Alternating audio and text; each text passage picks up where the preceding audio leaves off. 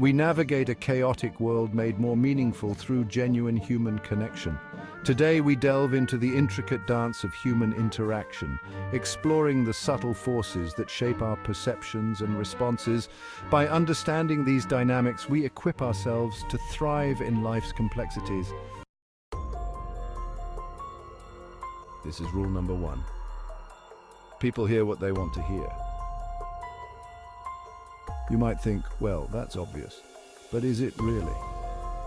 We often believe we are rational beings, filtering information through pure logic. Imagine a heated debate between two individuals with opposing political viewpoints. One presents a meticulously researched argument, while the other clings to their entrenched beliefs. This is selective hearing, a close cousin of confirmation bias. The individual clinging to their beliefs filters out any contradicting information.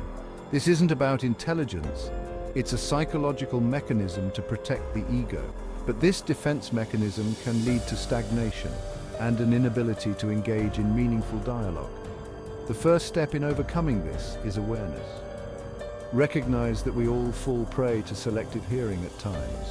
By acknowledging this tendency, we can cultivate intellectual humility and openness to different perspectives. It's about active listening and approaching conversations with genuine curiosity.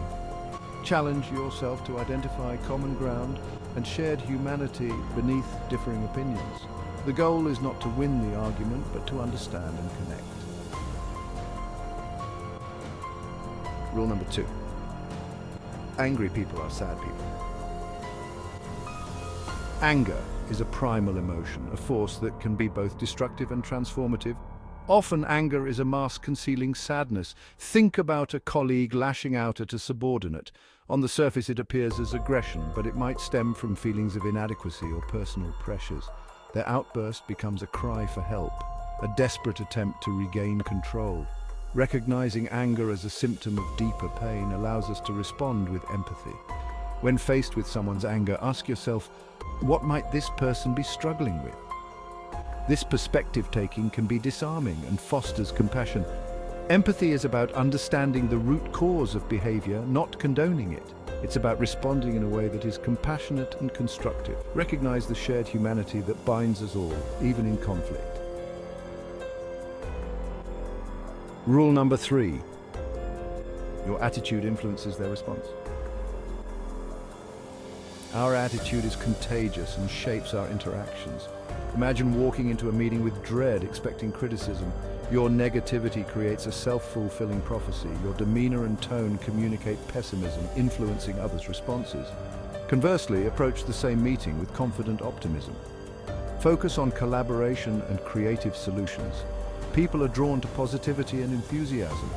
Genuine warmth and confidence inspire trust and disarm defenses. This isn't about faking a smile, but cultivating resilience. Your attitude is a choice that profoundly impacts interactions. Choose to focus on possibilities rather than problems. Rule number 4. Listening is what matters. In an age of constant stimulation, true listening is rare. We've become accustomed to multitasking, dividing our attention. Active listening is about deep presence and empathy.